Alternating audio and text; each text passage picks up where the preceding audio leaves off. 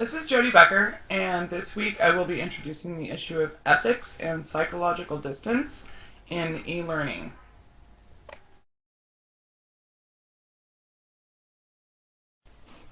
At an international conference on e-learning, Kuldeep Nagi shared what some of the experts say about e-learning. He said that e-learning appears to hinge primarily on the trust and honesty of the targeted remote learners, and that the E in e-learning is mainly about exploration, experience, engagement, ease of use, and empowerment.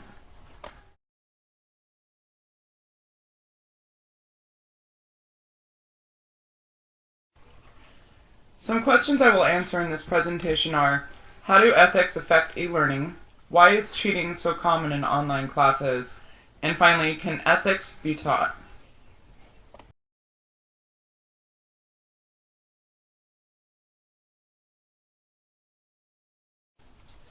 According to Ted Brown, today's students have been raised in an era of decline in public morality, which involves scandal and corruptions.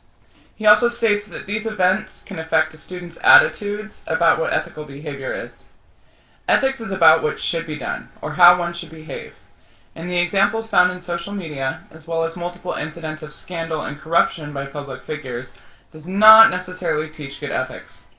Another factor common in online classrooms is the lack of personal contact and the lack of control some students may feel in an online learning environment. Instructor feedback, as well as peer-led discussion, is a very important component in order to engage students in the e-learning process. E-learning, unfortunately, also provides more opportunities for academic fraud or cheating.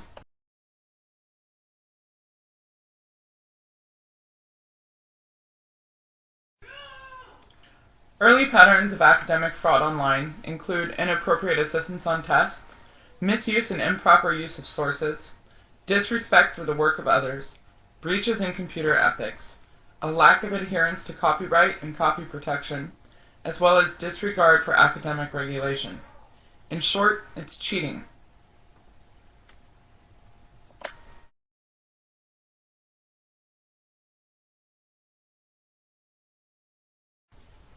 According to a NESI survey, over half of the students involved in e-learning admitted to some sort of academic fraud, and 27% said that they committed it very often. Another factor that may contribute to the prevalence of cheating online, beyond bad ethics, is the concept of psychological distance. So what is psychological distance?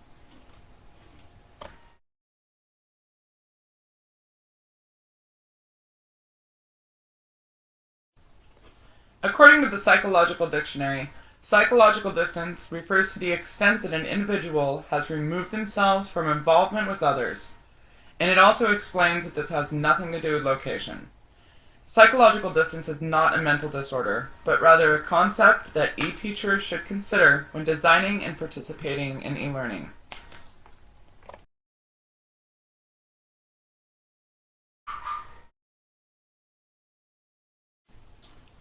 So, how does psychological distance affect the e-learning environment, and why is it such a problem?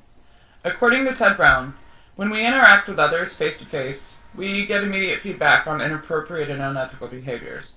In an asynchronous learning environment, where feedback is not as immediate as face-to-face interactions, there's a psychological distance created simply by time delay. When psychological distance is considered, using the internet in a way that may harm others seems less personal because we can't see or hear the person on the other end. It is ethically easier to commit academic fraud, or cheat, online than face-to-face because the student may feel more removed from the person or the situation in an online environment.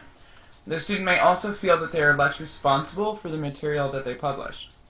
It is very important that instructors give feedback as soon as possible and encourage ethical behaviors when facilitating online learning. As educators, we are given an opportunity to teach far beyond the class material, but can we teach something as complex as good ethics?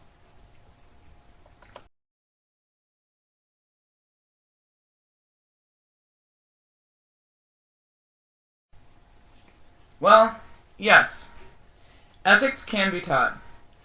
It's proven that there are dramatic changes linked to how a person perceives society and what role they play in it. The extent of these changes has been found to be directly linked to how many years the student is in formal education. deliberate education of ethics has proven to be effective, and a person's behavior is influenced by moral perception and judgments. As educators, we have a massive impact on how a student develops morally and thus ethically. So if good ethics can be taught, then how can cheating be stopped?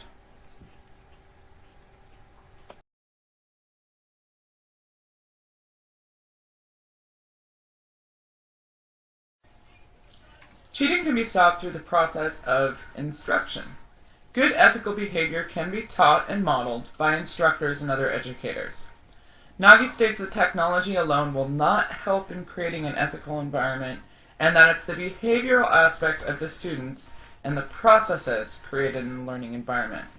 It's the process of learning that can teach ethics. In my opinion, it's better to focus on education and prevention rather than crisis management and punishment. So as educators, how do we do this?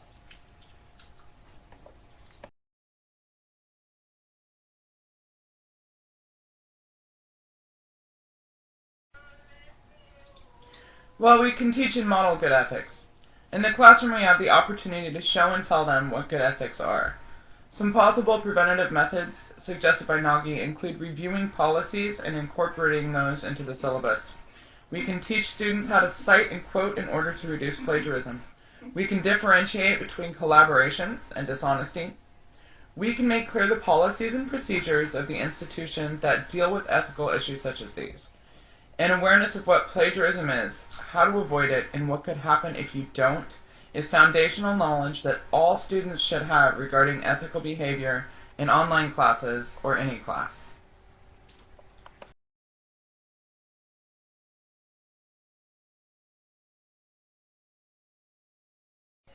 In summary, ethics affect e-learning because of the lack of positive ethical modeling in the public spotlight. It's influenced attitudes of what ethical behavior is.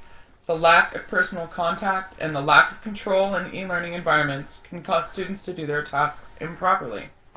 E-learning also provides more possibilities for academic fraud that include cheating on exams, plagiarism, and a lack of adherence to basic academic regulations. Why is cheating so common in online classes? It's because of the phenomenon of psychological distance, which creates an atmosphere of learning where the student feels removed or less responsible for their actions. And ethics can be taught. So it is our responsibility as educators to teach and model good ethical behavior by incorporating expectations into the syllabus and reviewing ethical behavior in the virtual classroom. It has been proven that the extent to which ethical changes occur is associated with the number of years of formal education. I think that educators can actually teach ethics by focusing on education and prevention rather than crisis management and punishment. So thank you for listening to my presentation. I will look forward to continuing discussions with you in the forum below.